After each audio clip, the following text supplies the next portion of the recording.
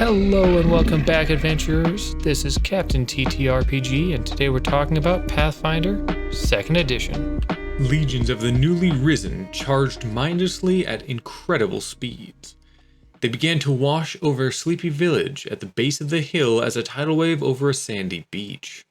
Screams echoed through the night, the cries of the helpless calling to any who would listen. The clang of heavy steel greaves could be heard over the shattering of wood. The cracking of bones broke the cacophony of shrieks as limbs rained down. As many innocents flooded the streets, they shouldered past a large, blue-skinned woman clad in once shiny metal. As the undead gave chase, she called out to them, pulling their attention and directing it at herself, mindless though they were. She lowered her grimy, blood-soaked shield, bracing for the impact of 1,000 uncontrolled swings, taking them in stride. Throwing them off with ease, she began to carve a swath through the horde, at all times directing their attention as the people of the village escaped into the nearby hills, safe for the moment. Welcome back, adventurers. Today we get to the other class that came out in BATTLECRY, the Guardian. These are protectors, forcibly directing creatures away from their allies while remaining sturdy in the path of oncoming evil. Guardians are martial characters. They use strength as a primary ability score. They get a solid, incredibly high 12 hit points per level matched only by the Barbarian.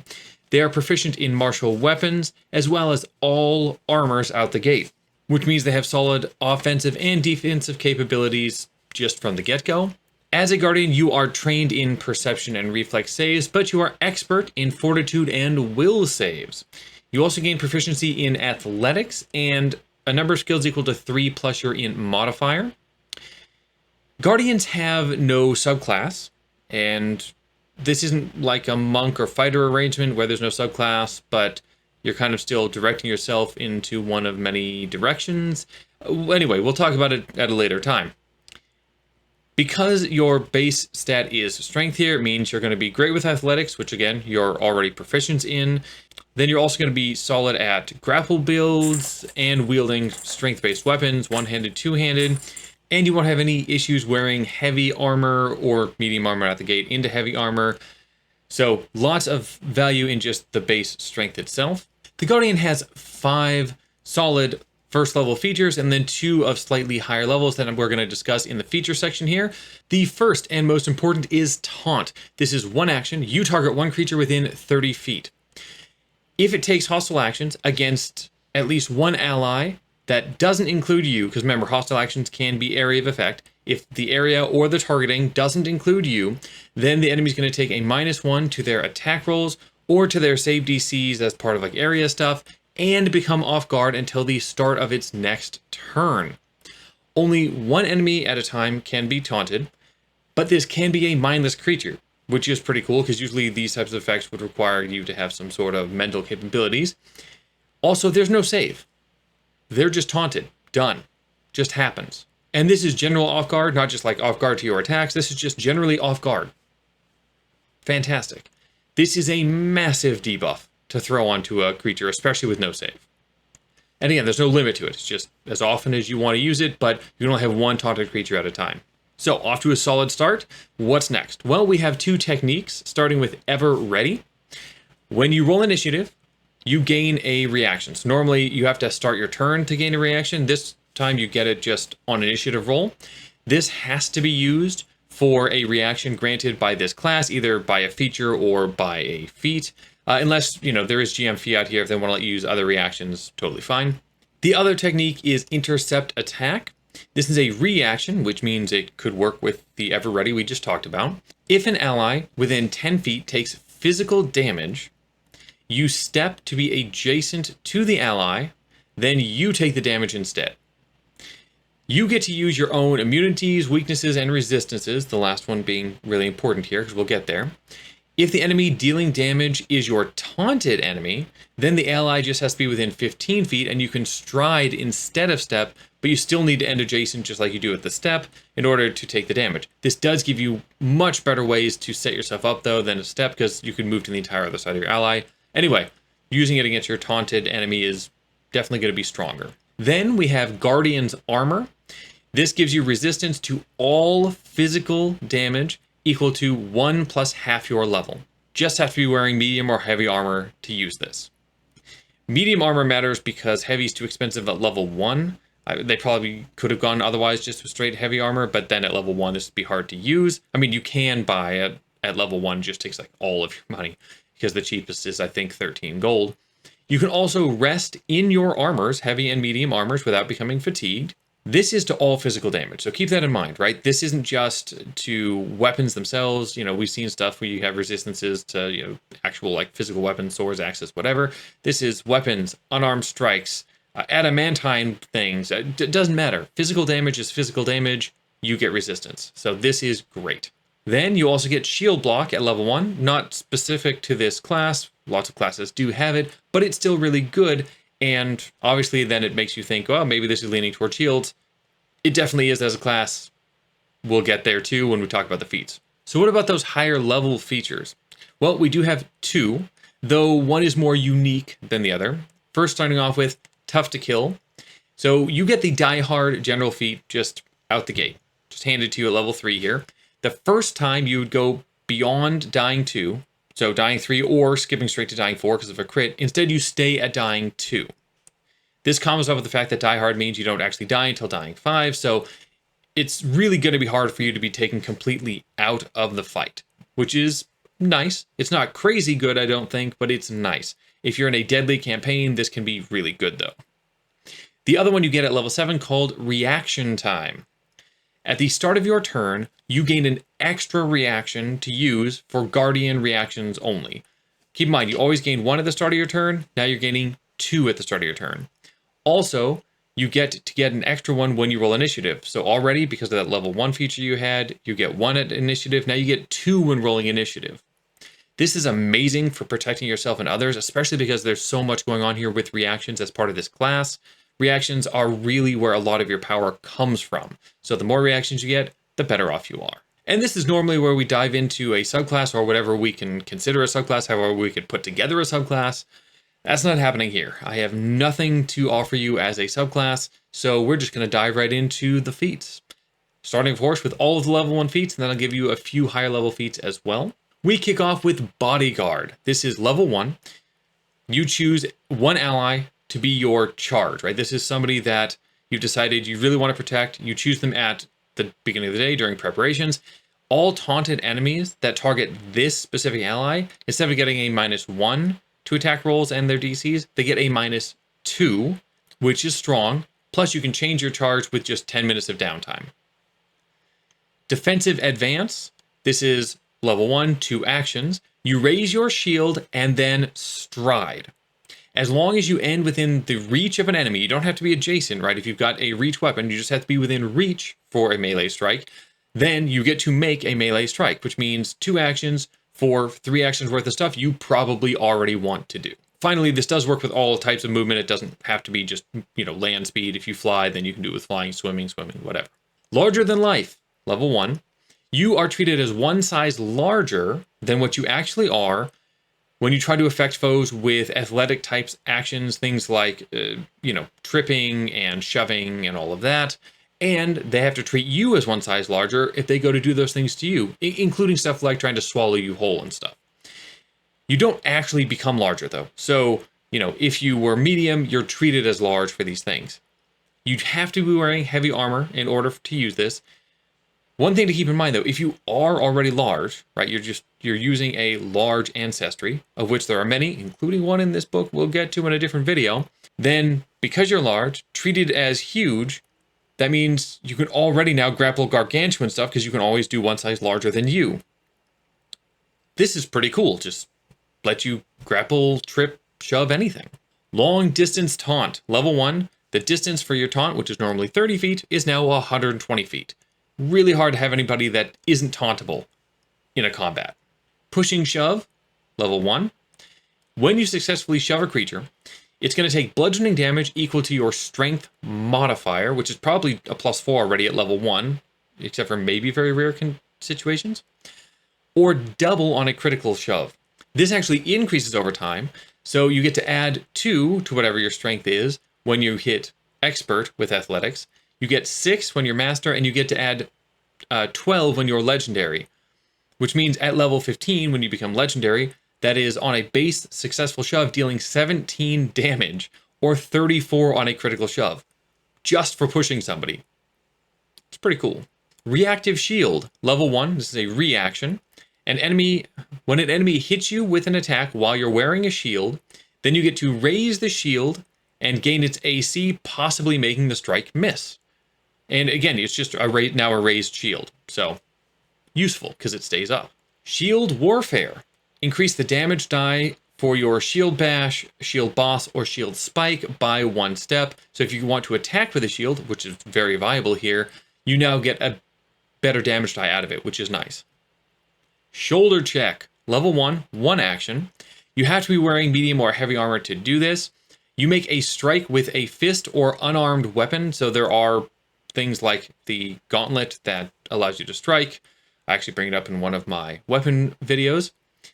This has special outcomes, though, based on if you're successful or not with your strike. If you critically succeed with the strike, the target is now off guard to your attacks until the end of your next turn. If you successfully strike, then it's off guard to your next melee attack this turn, which is better than even having agile, which of course you can double up with agile. On a crit fail, though, when you're striking, you are off guard to that creature's attacks until the end of your next turn. So don't critically fail on this strike. That is all of our level 1 feats, so let's talk about a few higher level ones. I'm not going to go crazy talking about a ton of them, but I think there are some that are fun to talk about or have special notes to them. Raise Haft. This is level 2. This is for two-handed weapons. If you're holding a two-handed weapon, it gains the parry trait, or if it had it, then increases the AC from raising a weapon with a parry trait to a +2 instead of a +1. This gives you at least some feat that helps you use two-handed weapons. Group Taunt for level 8. Now when you taunt, you can choose 3 enemies to taunt. And you can have a maximum of 3 enemies taunted at a time. Meaning that unless they're all targeting you, they're all getting debuffs to all of their actions against all of your allies, which is really cool. If you combo this up, of course, with the 120-foot distance, you could be taunting every ranged enemy across the entire map, potentially. And finally, Demolish Defenses. This is level 18, 2 actions. You make a melee strike at an enemy and you do 1 extra damage die when you hit, or if it's your taunted enemy, or one of your taunted enemies, you deal 2 extra damage die with this strike. If you manage to hit, or critically hit, the creature's got to make a fortitude save against your class DC. On a critical success, nothing extra will happen, but even on a success alone, the creature's going to be off guard until the end of your next turn, and that's flat off guard. On a fail, it's going to become clumsy 2 until the end of your next turn, and then off guard for another round. And on a crit fail, it's just like a fail, only it's clumsy 3 now. So crazy status debuffs on top of doing some damage. Pretty solid stuff. Now that we've talked about the basics and we got into our feats, let's jump into our class breakdown graph. Guardians are definitely interesting in how they gain access to versatility. They have a ton of options for how to use their reactions, especially with some of the feats that they're given. While this does afford them some solid tactical maneuvering, it's a very reactive version of tactics. Now, there are, of course, proactive things you can do and will do with a lot of your feats, but a lot of what they're gaining is reactive in nature. The majority of their kit is really around protecting allies in a very direct sense. So while this certainly isn't all they do, it takes up so much of the kit that's available to you that it almost reduces the versatility you can pull into your character here, which is why it's just a 3 for me. I think there is still some, and it's probably the most versatile from a reaction space, even, given all that champions could do. But it can't really be above a 3, and if they didn't have so many reactions available to them, this would even be lower because you couldn't do much with just 1 reaction around. Thankfully, you get more than that. As martial characters, they are still solid single target damage dealers, so they do get a solid 3 here. They do get feats that can increase their single target damage, but just not a ton of them. We did talk about 1, obviously, and there are more than that, but there's not a lot that are going to help them with this. Given that their focus, though, is on other areas, it's probably not surprising that they don't get a ton of damage increases here. They aren't your barbarians, they aren't your fighters, where they're just focused heavily on damage. They're focused elsewhere. Also, something of note that almost dropped this to a 2 for me, by the way, is that they actually get their weapon specialization late in the game, so their boost to base damage actually comes later. So do not take this thinking that this is your big damage dealing class.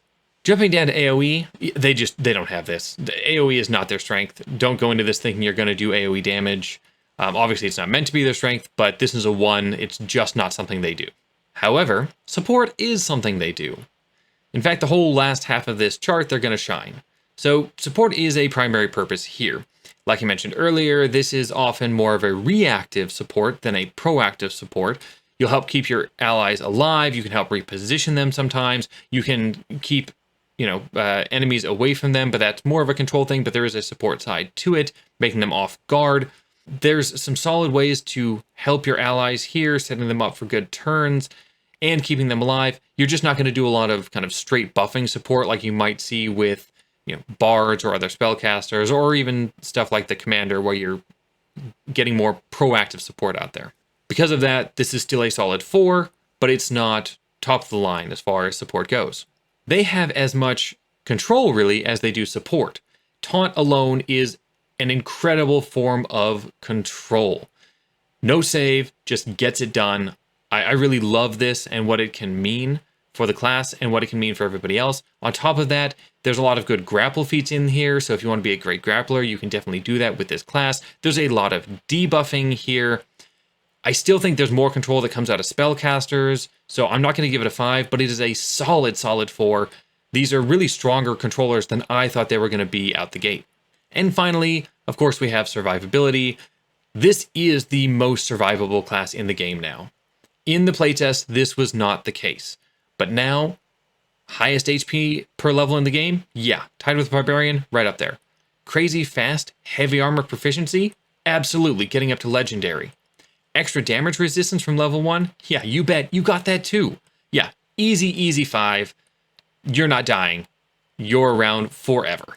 So Guardian builds are going to be strength-based, given that that is your primary ability score, but even more so than other classes are based around their stat. I think strength is really so important to them that I can't even talk about any builds that don't lean into it heavily for everything you're going to do. Not only do they need it for all of their attacking, because yes, you could go dex-based attacking if you really wanted to, it's not going to work out here, because you also need it for all of your heavy armor. Heavy armor is really critical to the design of this class, so strength. Because of that, you're also leaning heavily into getting up into melee. I'm not saying you couldn't build something where you're at least throwing weapons, but really getting up in melee is your thing. Because of that, I'm going to give multiple builds here, but the first one's really, well, the first two are really the go-tos, and the third one is more of a fun choice if you want to try to be very different. So starting off, we've got a strength, con, wisdom, dex build. Dex is in here only because you're starting with medium armor. If you're not worried about that first level and you know you're going to be able to buy some solid heavy armor at level 2, don't worry about the dex. I don't think it's actually necessary here for anything. Yes, it'd be nice to improve your reflex saves, but the only reason it's really here is to give you that +1 for the armor. That strength and con, though, you'll see in the first two builds, is really critical. You need the hit points, even though you're already survivable. You want to be even meatier, and strength is everything for you.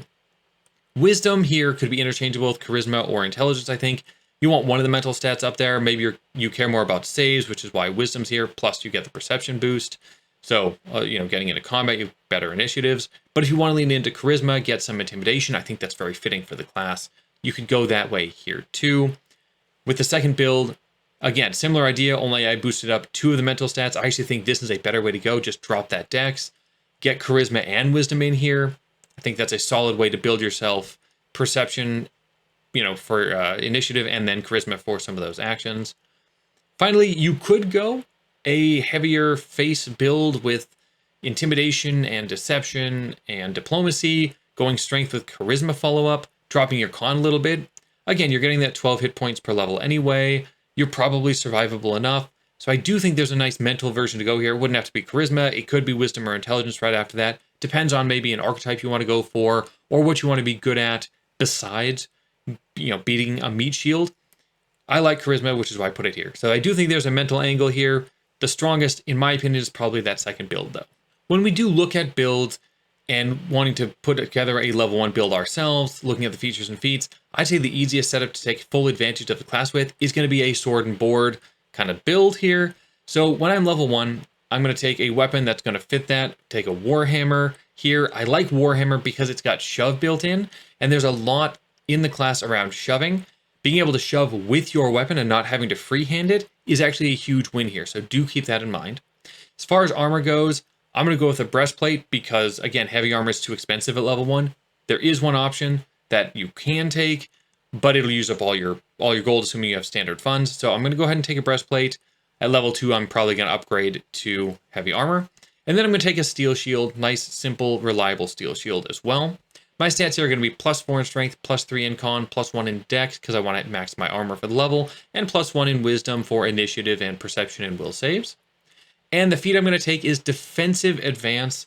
This is a nice action compression feat. It does everything you want to. Raise shield, move up, strike, assuming you end up adjacent. Solid things all put together in a nice little package. With that in mind, let's go ahead and dive into some Guardian gameplay. A pair of close friends, recently returned from war back home, are making their way to the local watering hole. Unfortunately, they find that their hometown has been taken by corruption and is under the thumb of a local crime boss. The party makes its way towards the saloon with intentions to rectify the situation when they are ambushed in the street. Despite not being prepared, our heroes were aware of the mobs in the street and initiative is rolled. Unfortunately, neither of them goes first, and instead, a sniper wielding a rifle in the back takes a quick shot at the cleric, Alara, landing a hit and taking away 5 health before reloading and missing with a second shot. The Guardian, Jax, in an attempt to keep his friend alive, taunts the nearby brute looking ready to rush. He then uses Defensive Advance, rushing the brute and taking a swing. He lands the hit, dealing 7 damage, creating an obstacle for all of his opponents. The brute is then up, taking 1 swing at Jax, landing for 6 damage. Realizing it did very little, he then rushes past to go after the cleric. Thanks to the taunt, though, the brute has a reduced chance to hit, but still lands and succeeds at dealing some damage. However, being only a step away, Jax intercedes, takes the 7 damage meant for the cleric, and because he's got resistance, it is down to only 6 damage. Because the brute made an attack, however, it is now off guard. Alara, now prepared for what lies ahead, casts Fear on the brute who's made his way up, causing him to become frightened too on a fail. She then steps backward, making sure she doesn't trigger any unwanted attention. The final underling in the street, a spellcaster of some sort calling the shots, throws fire at the cleric. Knowing the power of her magic, fire slams into her frame, dealing 4 damage before the caster steps behind cover. With the brute vulnerable, the gunslinger reloads, repositions, and takes another shot following orders. He hits the cleric once more, taking her down to only 2 hit points remaining. Jax is done with all this. He uses his first action to attack the brute and crits thanks to a -4 AC, 2 from Fear, 2 from Off Guard. This downs the ruffian. He then taunts the spellcaster and begins his way over as well. Our cleric Alara heals herself for 1 action for 7 hit points, then casts Guidance on Jax, giving him +1 to his next attack roll, and gets behind cover on her way toward the criminals. The spellcaster then pops back out from cover. Ignoring Jax, she throws Fear out at Alara. But thanks to the taunt, the DC is reduced and Alara critically saves, meaning no fear for her. This leaves the spellcaster now exposed as Jax smiles. The gunslinger, wasting no time, takes a shot at Jax, reloads and fires again. Both hits land for a total of 9 hit points. Given a starting point of 25 and the relatively minimum damage Jax has taken so far, he's still standing strong, which of course worries our gunslinger enemy. With his turn arriving, Jax decides to lay waste to the leader of the little band for 2 actions using Defensive Advance, ending adjacent and landing a solid strike followed by another. This drops the sorcerer unconscious. Alara then steps out from cover and drops a Divine Lance upon the head of the remaining foe, casting Shield then with 1 action for protection. With no hope in sight, the gunslinger takes off as the 2 friends continuing on their newfound campaign. And that gives you just a little feel for the combat available to Guardians and really their team-based focus. I hope this was a decent way to take in the nuances of the Guardian class. I hope you're excited to make one. I know that I am. We'll talk about at least something to do with them in a future video here.